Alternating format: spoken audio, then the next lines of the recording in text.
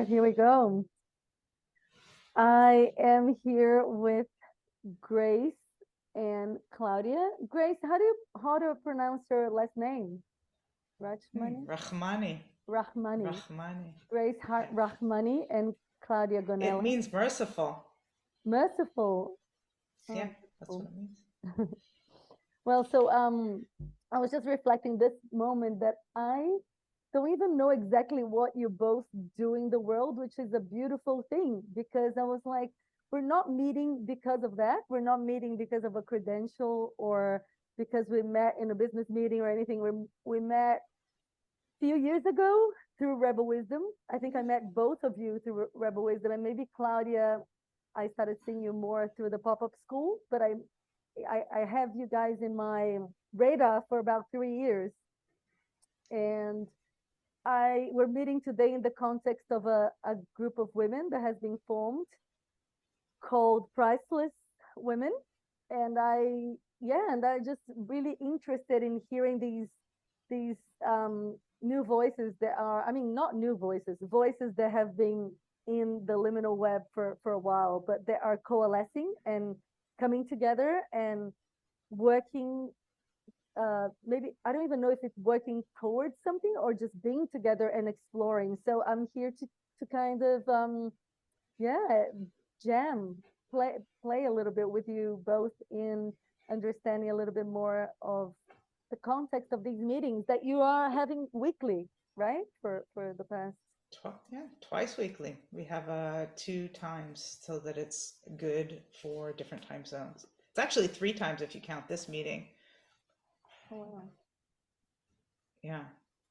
So maybe maybe I'll tell about Priceless. Yeah, that'll be great.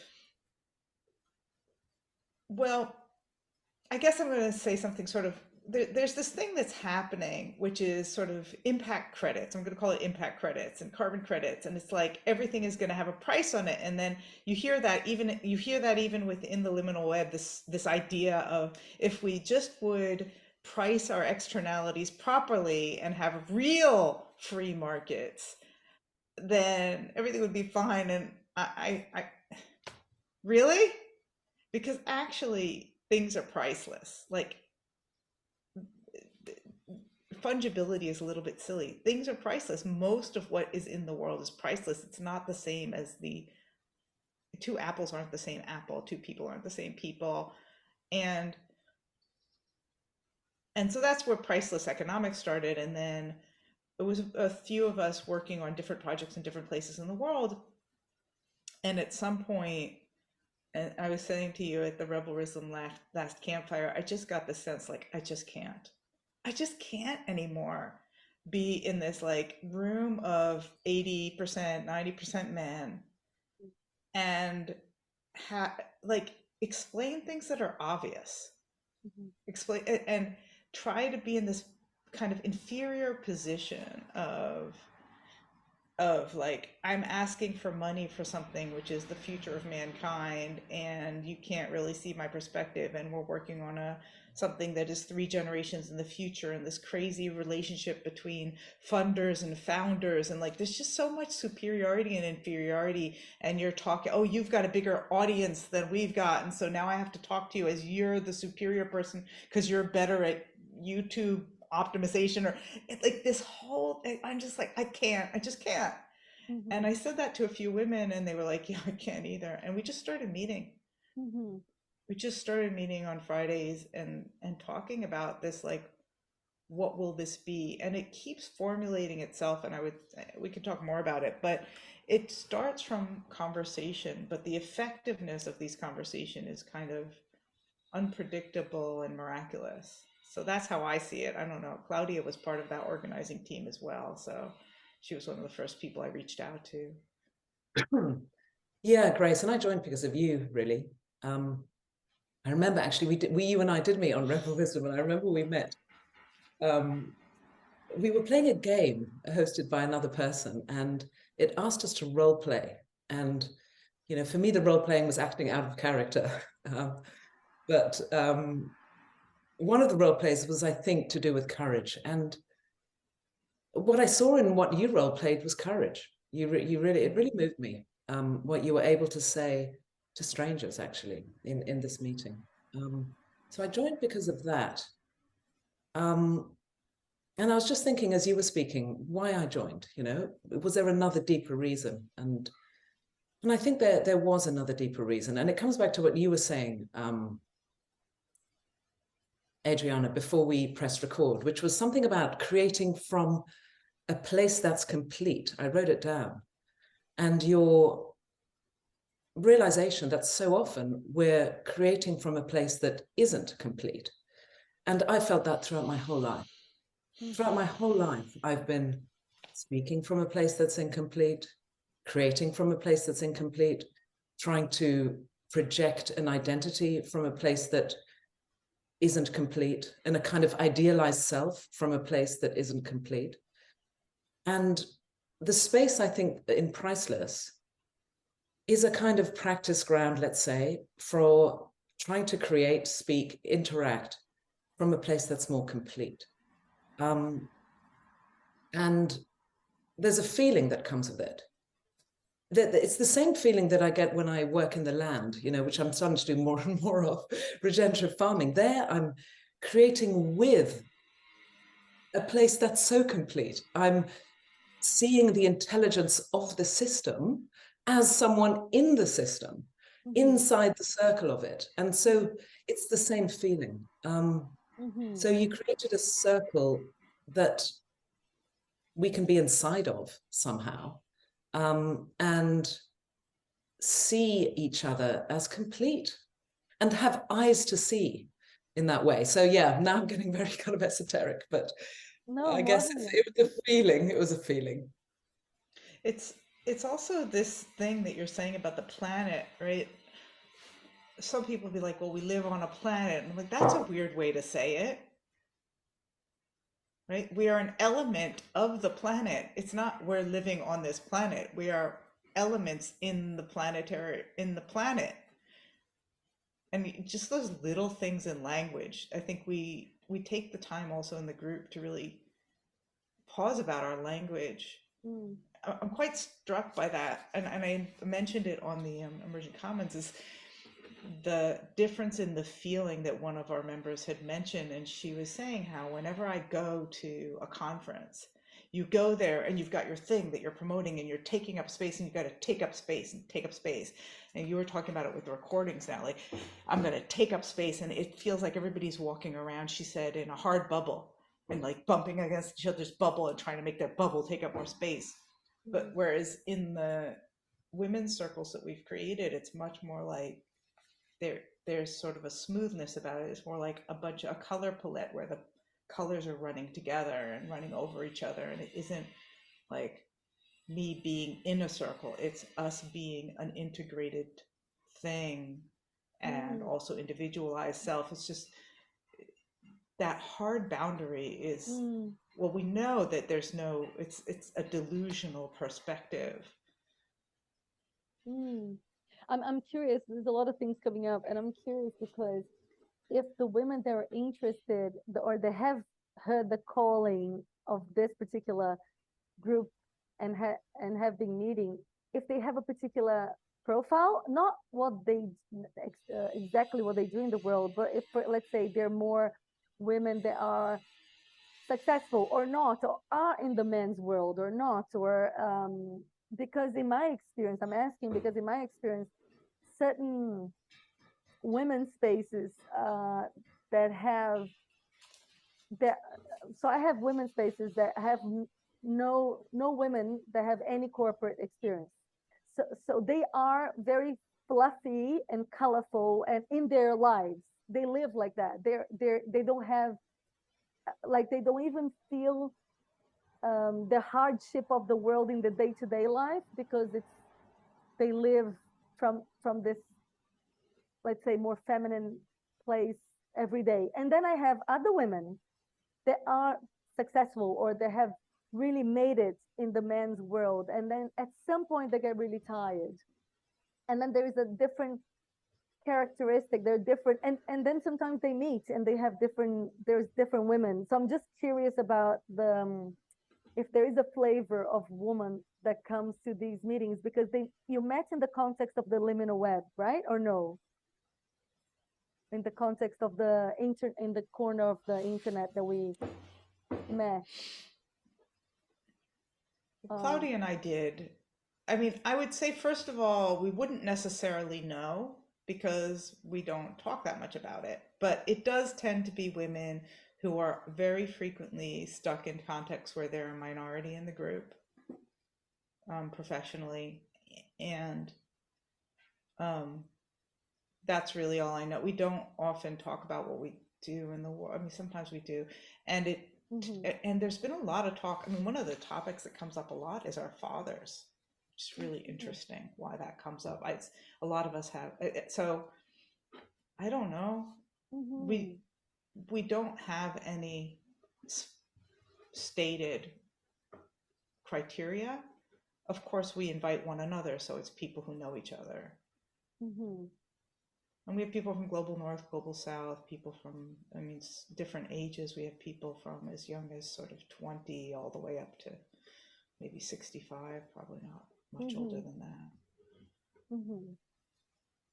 But I think there is that kind of calling of like, yeah, I just need to be in a women's space. And I think it does provide a space that we can go and bring this wholeness and then gives us an energy to bring back into the rest of the world. No, there's something about that dance. Yeah, that makes sense to me. And especially, I love that you said we rarely talk about it, and that does remind me of so to give some context, in my past, so originally I came as a journalist, so I graduated journalism, but after that, like older, then I studied alternative medicine and did other things. But 15 years ago was kind of initiating to women's work, so I did a lot of sitting with women and just women. And one thing that is fascinating to me, because to me it's a new thing to go and talk to men, and then women that are in men's context, that's a new thing for me. So that's not old, because I've never been in the corporate. See, I come from a completely different, and I've never been, there's some experiences that some people mirror to me that I've never had. So I enter these conversations from a slightly different place.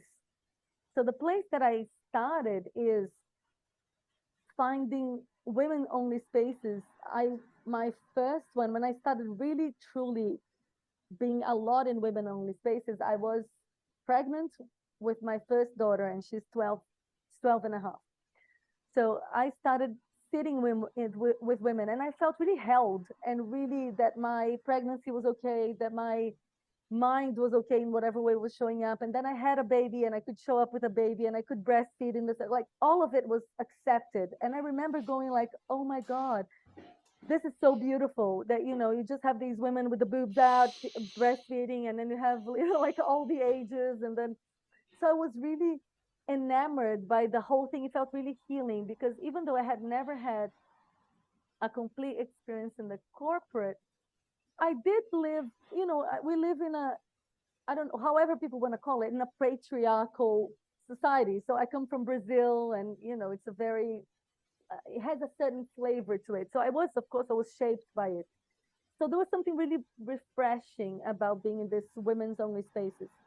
And at some point, I got tired. Well, happened to me, which is not, I'm not tired anymore. So I needed to integrate all of that. What did I get tired of? I got tired of only speaking about the inner, the inner emotions, or the contextual, which is so important. It's so important. But when I got tired of that, I needed to seek something else. And that's when I started, for example, I'd say that Rebel Wisdom, the context of Rebel Wisdom, offered me a healing in that area, because it offered me a more systemic view in that I didn't work with that, so I didn't have from another place.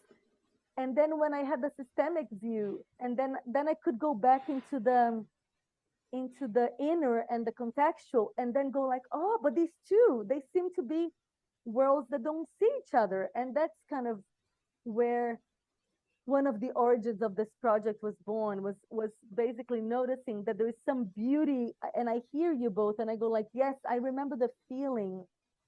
There is a beauty and a relaxation in my system when I sit only with women, and when I talk about certain things and processes and contexts, and then I get a different feeling when I sit with men, and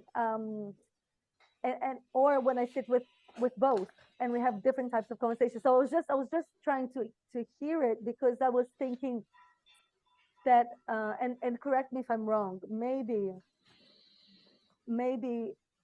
if you all didn't have a lot of women only experiences, circle experiences, then you were craving, there was a part of you that was craving that, or and if this feels quite healing, or am I, everything that I said, does it make any sense, or how does it land?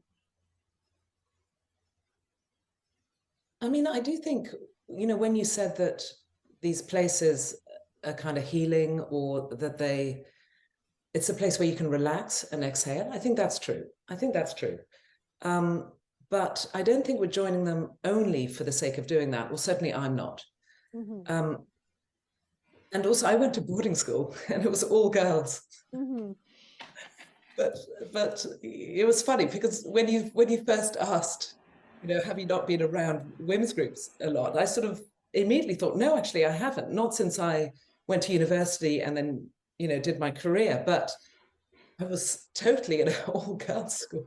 Mm-hmm, mm-hmm. But it wasn't, yeah, but I somehow don't include that in my experience, but maybe I should. But yeah, so there is definitely a different feel, mm-hmm, where we can be seen, where we can take the time, where we can kind of relax.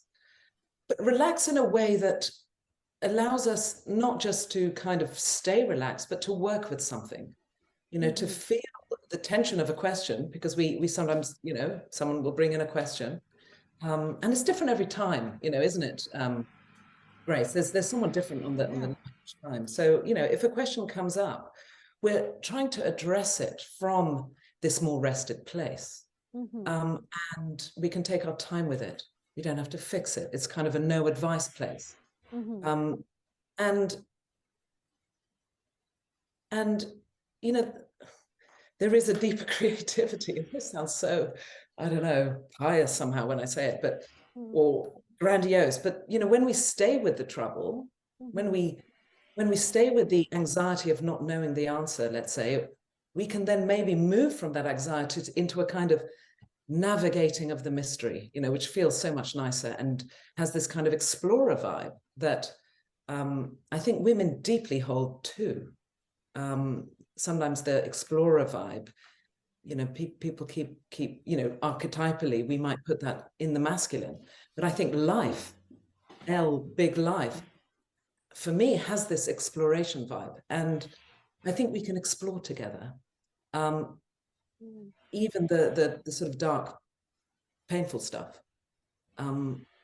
Yeah, but it isn't a kind of therapy healing place either, is it? No, Great. It's a, yeah, I mean, that's the thing, because it's not a like categorized separate thing, right? And so I was thinking about what I said about we don't talk about that much, which isn't exactly true. I mean, mm-hmm, we've been in a couple of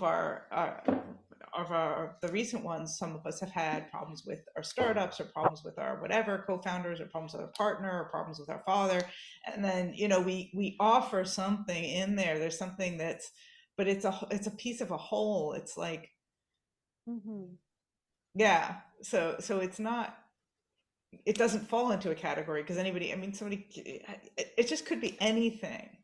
It could be anything. It could be a conversation that feels like it's just going nowhere and is really inclusive and loving. And it could be, hey, my co-founder pulled this on me. What do I do?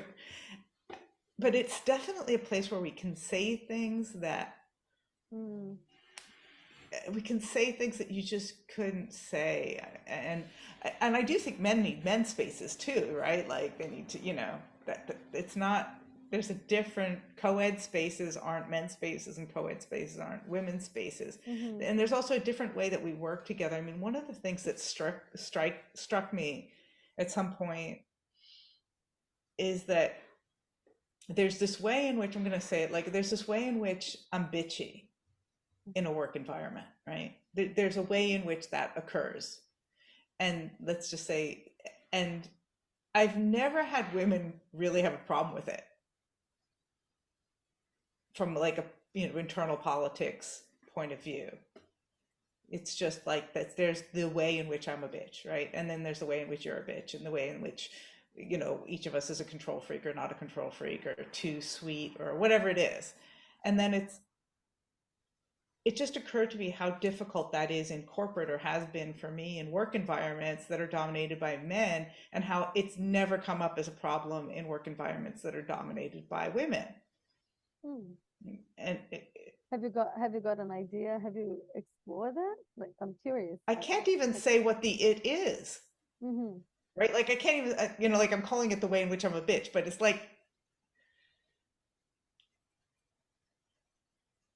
you know, I think we've all been in a work situation where a woman started to cry, you know, whatever, because something was going on, or, you know, whatever. And it's just kind of like, it's a non-issue, right? It's a non-issue. I had a woman who was, you know, having real trouble with some particular, I remember a specific thing, and I was talking about it, and she was having trouble with this task, and she started to cry, and it's like, okay, well, here's some tissues, and okay, now let's go. You know, it wasn't, a man's reaction to that would be very different, and it wasn't, you're too sensitive or emotional. It was just, that happens, next. I think that's a good example of something that just like, okay, that happened. I didn't get up. I didn't give her, I was like, okay, you know, breathe a little bit. What's the difficulty? And, you know, it was just part of the professional conversation. It wasn't something weird, or like, you don't do that at the office. And I think in that particular, I'm just going to talk in that particular case, those people, and I'm not generalizing about blah, blah, blah. The CEO of that organization used to yell in some of the meetings, like really pick on somebody and yell at them. And that's acceptable, like in some way. It's not great, but it's not like people are like, he has an issue. Is kind of in many environments, kind of acceptable that he would do that. I don't know. I'm noticing myself in different places, because both spoke different things, and I have different things coming up from different angles. But you're getting a sense of how our conversations go. I was just curious about the yelling bit, because for example, I have a different view on that, and I'm curious about your view that that's okay. Because I don't think that's okay. I think that's super not okay. I actually think it doesn't bring any good creativity in me if I have a boss that yells. And so to me, if I have a boss or a father or anybody that yells at me, that's fine. I mean, I can regulate the emotional tension that comes up. However, for sure, it's inhibiting. I noticed myself in creative partnerships, and the creative partnership that actually flowers in the way that I feel most energized by. It's not a partnership in which like there's this yelling, or it's a much more generative. So I was curious about you saying that, because and I understand that it happens in, you know, I did work for somebody that worked like that, and I remember that people didn't have respect for that boss. They had fear, and I was just like, wow, that's so not that's not something that I envisioned. So I was curious about you saying that was okay, maybe in that. Okay, yeah. So I want to say, it's not a great behavior, right? And it doesn't produce creativity and whatever.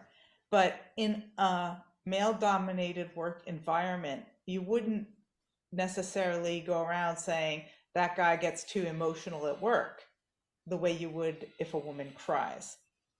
Like, you just wouldn't use that phrase, he gets too emotional at work, when yelling is exactly getting too emotional at work. Okay. It's just like, right? Okay. And so and I was you're and pointing I to went, that. yeah, Mhm. yeah, and I went, and one day, and what he would do was in the management meetings, every time there was a management meeting, he'd kind of pick on another person to yell at them, to grade, and when it got around to my turn, I remember going into another manager's office, and I'm like, like, I don't know, like, I said something. He's like, oh, he's just like that, right? That was the answer. And I didn't accept that as an answer. I mean, I did accept it as an answer, but I went into the boss's office and I actually said to him, listen, when you raised your voice a little bit and you were upset with my work, I kind of turned myself off. I said to him, when people speak to me that way, I guess it's from my childhood or something, I turn myself off, and could you just explain to me what I did that wasn't right so that I can fix it? Like, I just said that to him, and he immediately apologized. He immediately apologized. He said, I'm sorry, everything is fine, whatever. And he never raised his voice again.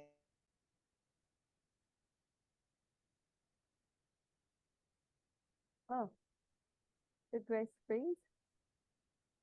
I think Grace is frozen. Yes. I think Grace was actually making a point of the distinction of how it was dealt with. Yeah, I mean, I don't know. I mean, so much of yelling and all of that and emotional kind of release. I mean, I think we should totally allow it, right? In ourselves and in others. But we also have to, I think, if we're going to not fuck up the world, learn how to play with the energies a little bit more skillfully. Because so much of that energy, I think, is just personal energy. It's personal bullshit that's coming up. I notice it myself. I have stuff that comes up that is my energy, and it's not attached to the reality of the moment, and I'm stuck in it. And I sort of think that's not good enough if we're trying to do the important work. I think it's fine if we're just like messing about and we're not trying to be wise or anything. But if we are making decisions, and I think there are times in life, right? And maybe these aren't times that we're talking about, but if we agree that we're in a context where we would like to be wise, whatever, or we would like to hear the wisdom around us, I often think it's that, rather than us trying to be wise, then it's not good enough. It's not good enough to get lost in a projection of our own personal energy. So yeah, the culture of allowance there is still holds, right? Still holds. Still holds, because of course we can still get lost. But I think maybe the responsibility there is to just notice we're lost, right? When we are lost in those moments, and shut the fuck up, right? Yeah. So I don't know. Maybe I sit in between the kind of, oh, it's totally fine and it's totally not okay. I think it depends on the context. If we're doing the deepest work that we're trying to do, in those moments, it's not okay. It's just not okay to bring up your own personal stuff. We have to see more clearly in those moments. Otherwise, we're going to keep fucking up. What does Benita say? Simple, but not easy, right? Simple, but not easy. But yeah, so I think culture of allowance of all of these emotional outbursts, totally, but not a culture that encourages it, let's say. And I also, now that you're back, Grace, you froze halfway through, so we got you there, but not entirely at the end. I have no idea what happened. It looks like something like my power unit on my computer did something weird. It's what it looked like. So sorry about that. Where did you lose me? We lost you at a time when you just finished what you were saying. So it seemed like that's what I thought. Yeah. I had just stopped. Yeah, like that he Yeah. never did that again in the meetings. Yeah, and it was like, a certain, and you could see like within that, I didn't say it's unacceptable for you to do that. I didn't confront him in that way. And I think this loops around to like, what is this? This is one of our core questions. Like, what is this balance between men and women? What is women's power? Because I didn't confront him and say, you can't behave that way with people, right? I didn't even confront him and say it was ineffective. I said, hey, I didn't get your message when you did that. And he himself really, I mean, there's something about the way that a woman says something to a man that isn't that straight on way, right? This dance between, like you were saying, the masculine and feminine is like, that's not good enough. Not, you're not good, not whatever, not good enough. I expect more from you as a man. There's certain ways that we can speak that are not degrading, that are not emasculating, but are saying, this is a space where we do hold you and respect you, and you have to live up to that because this is what we expect of you, which is very different than that sucked. Yeah, no, I hear that, and it's interesting because so in my world, for example, so I imagine both of you have seen me cry and express emotions in probably calls with like 50 people. But usually I mostly because I just feel a lot. So I'm constantly like things are happening inside, and sometimes I feel it's relevant to speak to it, and sometimes I don't think it's relevant to speak to it. Mostly when I think it's relevant to speak to it, and there were some situations in which I noticed I was like, oh, this is touch and go. I don't know how it's gonna go, but I chose to speak to it. Was mostly sometimes to illustrate some aspect of the menstrual cycle, mostly because we don't see it.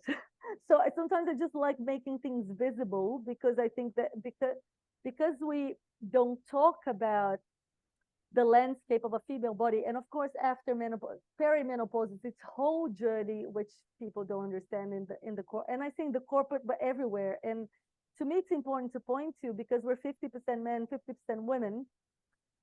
At any point, either the women she has a menstrual cycle, or she'll be menopausal, so she'll have gone through the perimenopause and menopause journey. So if men are not aware of that landscape of that body, there's a lot of assumptions that happen, and I think that the assumptions inhibit creativity. So that's why I keep pointing to things, but sometimes it kind of goes a little bit haywire because people interpret it wrong. So I say why I'm crying, and then the interpretation is not what I meant.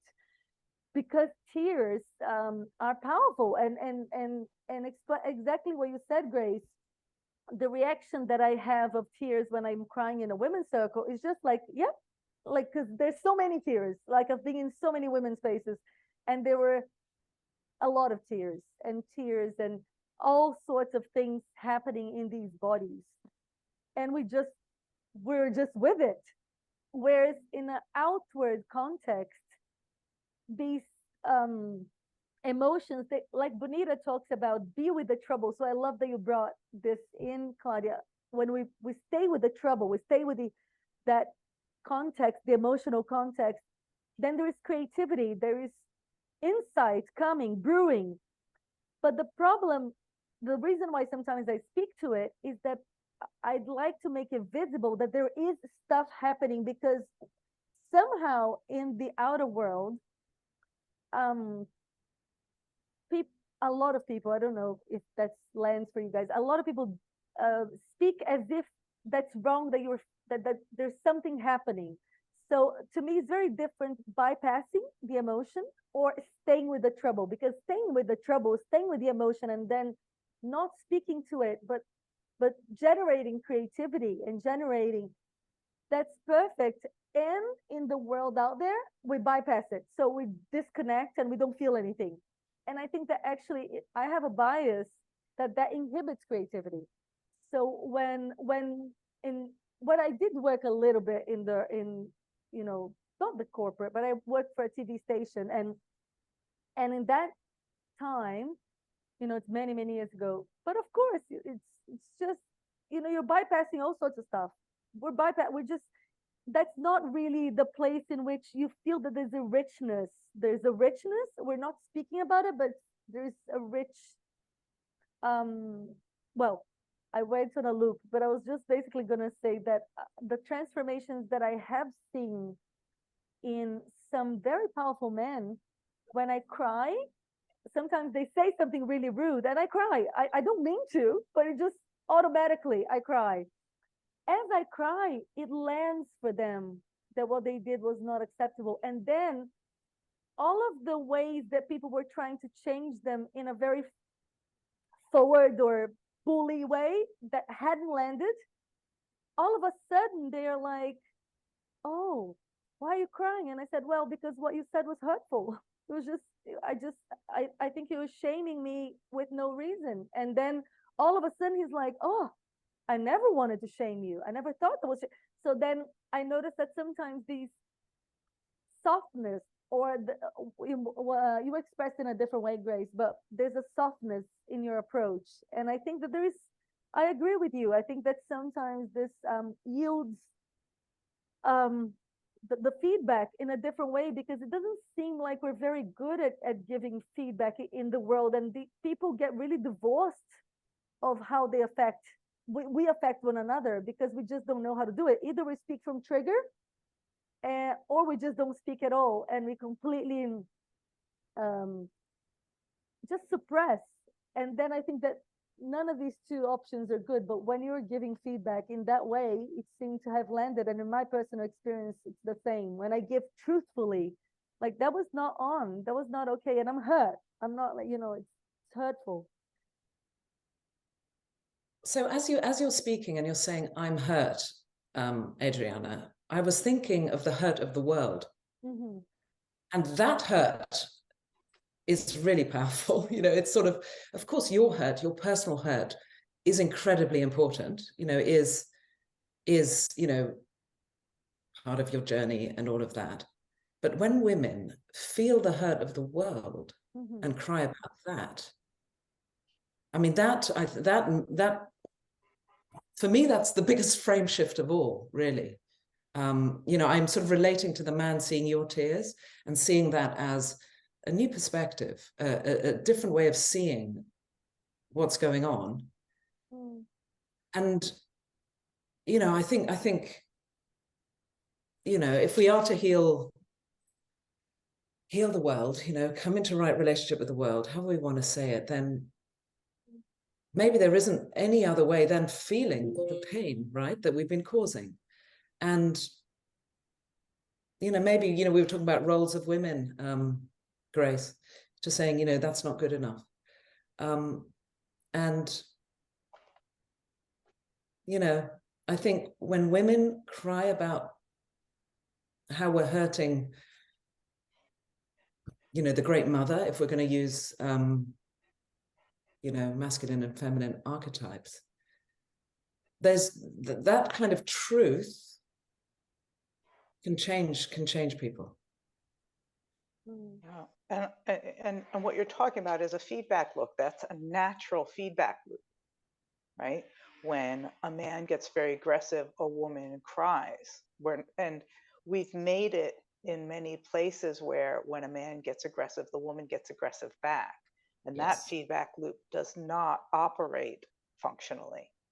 And so if it's not acceptable to cry at work, now you've turned off the natural biological feedback loop that men and women have been using since there were men and women, because women are smaller.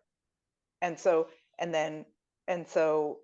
yeah, that's a feedback loop. The other thing that you said I wanted to touch on was this what's happening inside, like, as Claudia said, what do you mean inside? Like, if what's happening to us as women is what's happening in the earth. And you were talking about the menstrual cycle, and I think one of the ways, there's a way that you speak about that, which is,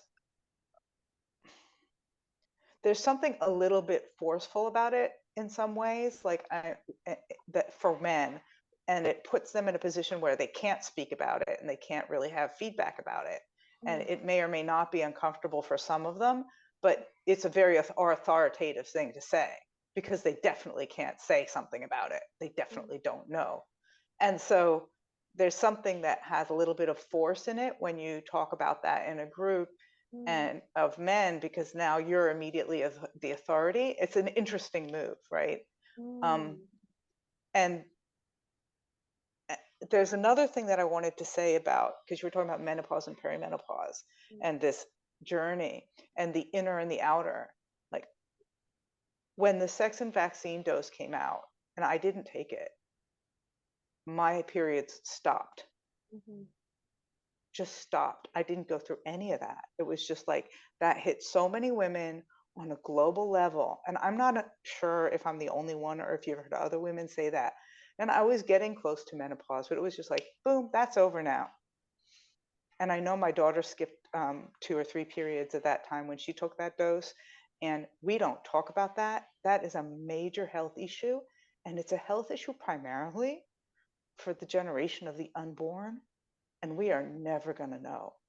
And so that knowing within and without, if you have something that's affecting 20, 30% of women's cycles, a medical intervention like that, what are you doing to your next generation? You have no idea. And it's not happening in me that I had menopause, right? And so it's not happening in here.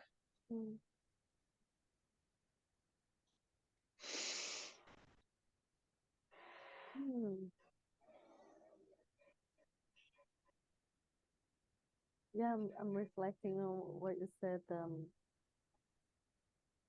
about the forceful talking about in the cycle. It's interesting. See, it's a bit of a pickle, because when you're talking about, like, or maybe in the language of Nora Bates's father, I forgot his name actually. What's his name? Gregory Bates. Gregory, yeah. Yeah, and we talk about the double bind. And the menstrual cycle conversation is a double bind. I find the double bind in it all the time. It's a very interesting place to inhabit. And because there is one of the things that I noticed in, you can say, I wouldn't even say, I mean, it would take me a long time to explain, but I see a pattern in which there are things that are not spoken. So, for example, in the tribal times here Claudia has been here to Australia. So in tribal times, sacred women's land, sacred women's business is women's business. You don't talk about it. It's your thing. And the sacred men's business, their lands, and we honor them. And there's reason behind the energetics of the place, what's being done, the thoughts have been thought in that place. But there is a lot of respect and honoring of both in tribal times, for example. However, our tribe has become really, really big, global. It has become a global tribe. And the wisdom has been severed. So part of the wisdom, what I'm actually making a stand for, and I think when you make a stand for something, you have to kind of be forceful. Like, you make a stand. I'm making a stand. I'm not saying that I'm right forever, and I'm not saying that. I'm saying, to the best of my ability, that's as far as I know, at the edge of my thinking, we're missing this, and it feels really important. And at some point, something else will come. But what I do notice is that women. So I even gave a talk about it, which was good, because it landed for a lot of people, where the sacred and the secret become the same thing. So it was sacred.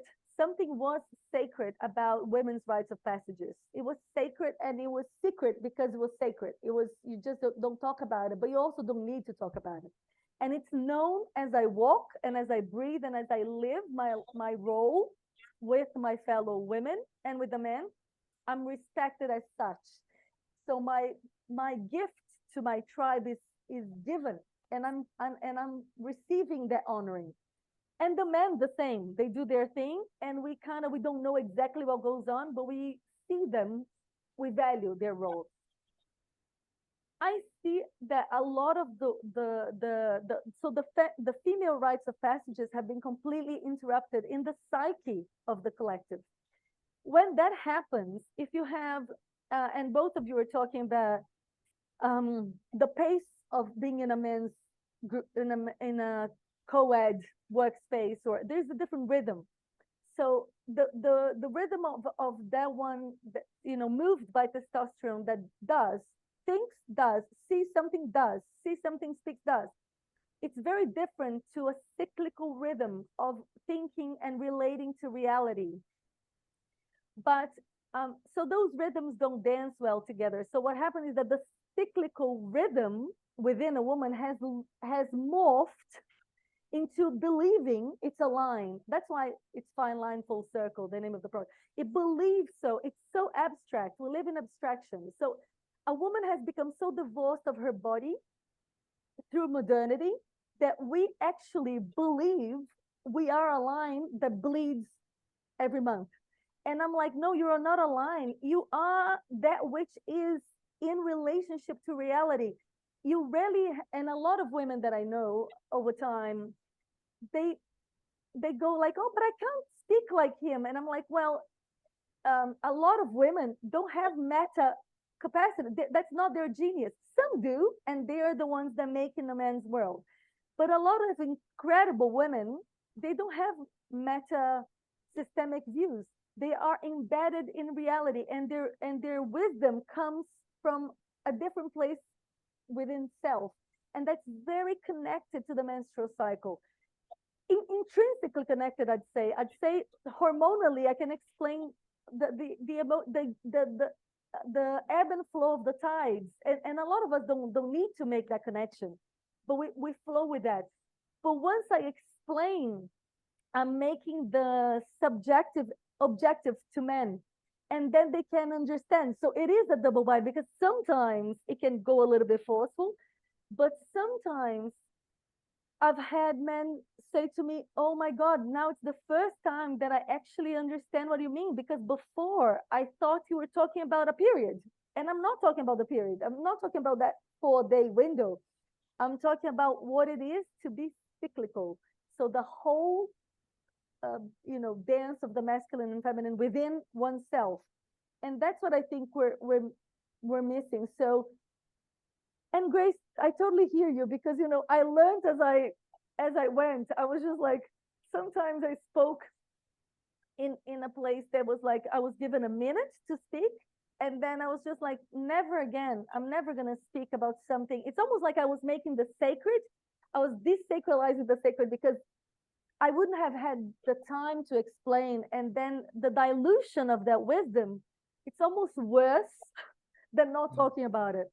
But when I have more time, then more often than not, then I have generative conversations. People go like, oh, okay, I understand how it's so then so, and of course I learned by trial and error.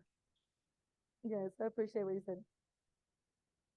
It's really interesting how we can sort of think about words in different ways. So you said secret, and there's a way of thinking about secret as kind of furtive and hidden, but there's also a way of thinking about secret as, mysterious, and kind of not understandable. Mm-hmm. Because I think you're right. I think, there is a danger. So here's another phrase that can be taken too many ways, in two different ways. Like a man saying, I don't understand women. Mm-hmm. And then putting them in a box. I don't understand them. I'm not going to deal with them. I'll never understand them. What they say, I'm not going to listen to, because it doesn't make sense to me. I don't understand women. And there's another way, which is more about the realizing that you're never going to understand women, right? There's a way of, I don't understand women because they're a mystery. And what a beautiful mystery that is. Mm-hmm. All I can do is maybe get better at dancing with this mystery. And I'm pleased it's a secret, right? Because that would, if it wasn't, I would try and understand it, and I can't. So there's very different ways that we can orientate to your talk about the menstrual cycle. It can, some men may, when you explain it, say, I understand women. Mm-hmm. Yeah. Which is Then it can be, I don't understand women in that kind of dismissive way that I was describing. And then it can be, I don't understand women, but now at least I have more context. So this is subtle shifts we're talking about, really subtle shifts in a world that isn't very subtle. So yeah, these are, you know, as you're speaking, and that metaphor of fine line to kind of circle, I think conversations with men about this stuff in a way that keeps that mystery and that subtlety and encourages, I don't know, encourages a kind of questioning as to, you know, there's something that I don't understand, but the forces that are underpinning this movement that and change that I see in women are important. I have the same forces running through me, although they're attenuated in a different body. These fundamental forces are important. Let's align with them. You know, it would be, that's kind of one arc of the conversation that could happen from the work that you're doing. Yeah. There's something else you said that I wanted to just pause on for a minute, because you said like that women aren't metasystemic, they're integrated. And I'm like, what's the difference? And to me, I think that we started with this, I think before the recording, where we were talking about how so there's this, I'm not going to name names, but there's this idea of, you hear these people who are like, what do they call it? Like, galaxy brain, this galaxy brain phrase, like you've heard it. And you just like, I wouldn't even want to be called that, right? Like that sounds derogatory to me. And it's meant as a huge, big compliment. But to me, it sounds like a derogatory term, which is very interesting because it's the difference between metasystemic view and integrated view. And we were talking about this, that a lot of these discussions around the meta crisis or the poly crisis or the whatever, the way that it's articulated by the men who are upfront talking about that is profoundly useful. I'm going to call it profoundly useful. And much of it is stuff that we feel and know. Like as women, we feel like I don't want to say it's stating the obvious, because it's not stating the obvious. I mean, in some ways it is obvious. And it's, as soon as people say these things in the way they say them, it's quite, I'm like, oh yeah, like that's the way to say it, or that's just obviously a truth. So there's nothing trivial about that they're saying it or the way they're saying it. But there's something about that integrated view that doesn't have to say it, which is why so often we feel like, you know, why are the women not being presented at the forefront? And you had said something about being recorded, right? And like women are having more trouble wanting to be recorded. And I think that's right. I think there's something about the feminine that is hidden and mysterious. There's something about the feminine that's beautiful, that it's hidden and mysterious. And there's something that breaks that beauty when it's like, we're going to get out there and like fight for our rights, and we're going to be at the head of things, and we're going to be the front of things, and we're going to be the ones who are the broadcasters and the people who are going, as you said, out into the world, or as I would say, out into the world. Like there's something that breaks that feminine beauty about being spoken and being out there and being direct and being the leader. And it's something like what Ian McGilchrist talks about of when you analyze the poem, it's no longer like it loses the poem about it. And so I think that there is something about that, and we've been inquiring into this in Priceless, like what is this women's leadership thing? Like, is there something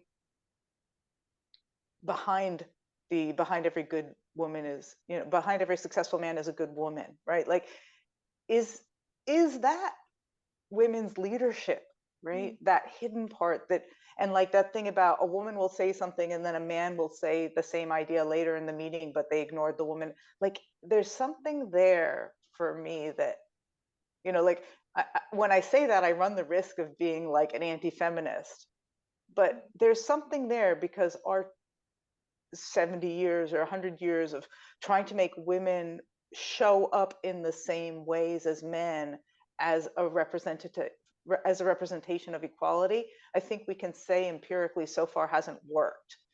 And so like, I'm kind of asking myself, like, this thing about like whispering in a man's ear and having him go out there and be the representative of the galaxy brain, and maybe he thinks galaxy brain is a compliment, you know, like maybe that sounds like a good thing to be called. Like maybe that's what it is like the whispering in the ear, not the me being out there and leading. I mean, I think there's a lot of, in my experience also, there's a lot of truth to what you're saying. I think there is a lot of, to be honest, honoring my own projections. So for example, I think that because we have co-created, I say we, I mean humans, co-created a world in which there are certain things and characteristics that seem to be more valuable. So certain positions earn more money, fame earns you, like, so there's certain, you know, like a politician that is in this position seems to be more important than this person. So then I noticed that in my meaning making as a woman being formed, I actually believed that there was, it was better to be in a certain way than other ways. And I see that in a lot of, there's a lot of other people that believe that and are deconstructing that. So I think that there's something going on. Yeah, I want to say something on that, because it really struck me yesterday. I had a conversation with my father who's aging and about his staying at home rather than going into a home. And and he said something like, this is my home, I paid for it, and I feel happy here. And his wife is really suffering trying to take care of him. She's a smaller lady. She has to pick him up. She has to change his diaper. She has to like all these things. And that like, it's my home, I bought it. And I just got at that moment the tremendous, almost complete dependence that men have on women, that people in superior powers have on people in inferior power, like whether he's at home or a nurse is taking care of him, somebody who is supposedly of inferior power in society, he is 100% dependent on that. And our sons, when they're babies, they are 100% dependent on us. And the continuation of humanity, of the human race, is 100% dependent on us being willing to bear and to, you know, and to breastfeed and to care for these helpless sods.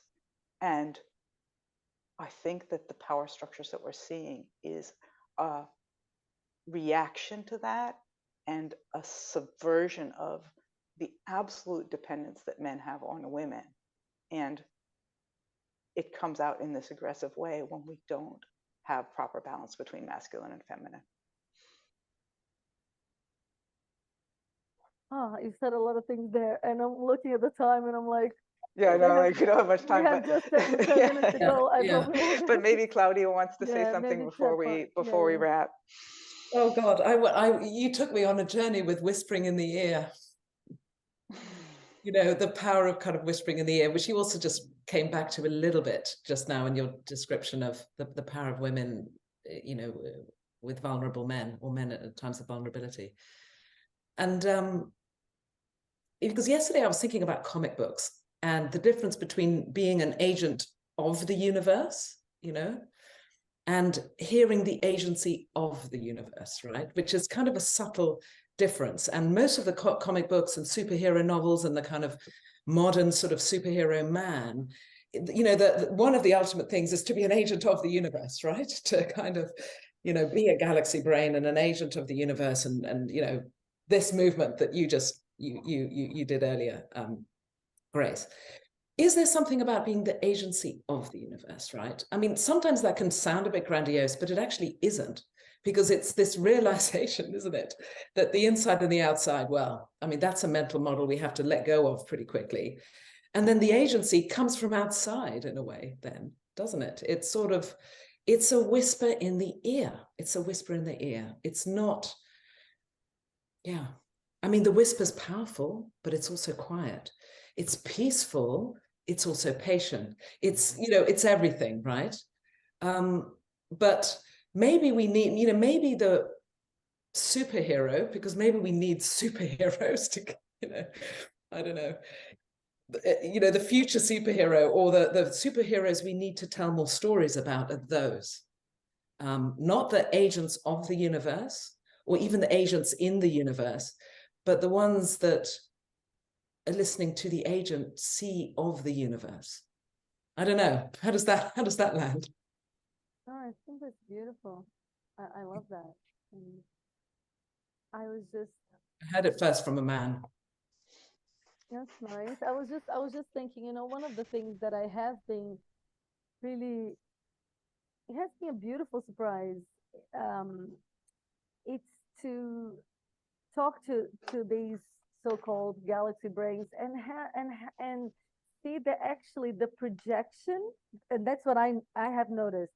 The projection is much more from where I'm standing, or women, let's say, than on them, than actually them not valuing women, because that's actually not true. What I hear is just, if they're always talking about the wives and how wise they are, so they're always, it's just that we don't see them, and the wife is not. So there is a certain, it's almost like history books perpetuate what you can read. So there's things that are documented. So there's faces that are out there, their voices that are actually heard. And then somehow in the minds of people, it creates this distortion in which this is less than, or this is not valued, or they are pushing them away, or whatever it is. And what I'm seeing is actually not that. What I'm seeing is actually, if not, like most men I talk, they're like, please, women, come. And of course, Grace is saying that's not what's happening, because this equality coming from a certain place is not the way. There is different ways, and a lot of us seem to be asking these questions, which are questions that kind of dig deeper. And one of the things that I think is really, I think I'd say, is one of the cores of what I want to bring is sometimes just conversations like that when you talk, Grace, about the poem, make the poem, when you analyze the poem, or I don't know if it was Grace, or was it you, Grace? Yeah. When you analyze the poem, it's not a poem. But if there is a lot of people that forgot that there is tremendous beauty and things to be learned from a poem, then I think there is the point of people pointing to the poem. And at some point, when we all remember that, there is the whisper, and there is the silence, and there is the embedded, and all of that is wisdom, and all of that needs to be dancing together and taken into account, then I think the job of pointing to is done, because then we see each other. It's like going back to the tribe, in which all of us have our rightful place, and then we don't need to keep explaining it to each other, like, yeah. Yeah, it's beautiful. Yeah. And those are beautiful moments when it's already done, right? When it's already done. Yeah. And in the microcosm of my life, when I feel recognized, let's say I have my co-facilitator that I was facilitating a retreat with in Brazil, and I know that he appreciates something that I'm bringing. So I actually, in that time, I don't mind at all playing a really small part, or actually playing the moon, like he's playing the sun on stage, doing graphs and all the beautiful stuff, all the credible stuff. And I'm actually loving being the whisper, and going a little bit unnoticed. That suits me in that context, because I feel seen and valued, I suppose. I think when we when a lot of women or other voices are not feeling valued anymore, or seen or heard, then it's when the recalibration needs to happen, so that we can, just offer our wisdom in different expressions, which is what we need, of course, I think. Yeah. Yeah.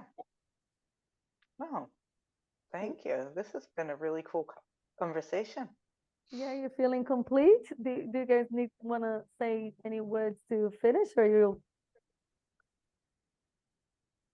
I feel like it feels really complete for me. Mm-hmm. A great sort of like rounded up that at the end. Me too. Great. Thanks. Thanks, Adrian. Thanks, No, Grace. that was fun. Thank you. Thank you, Grace. Thank you, Claudia.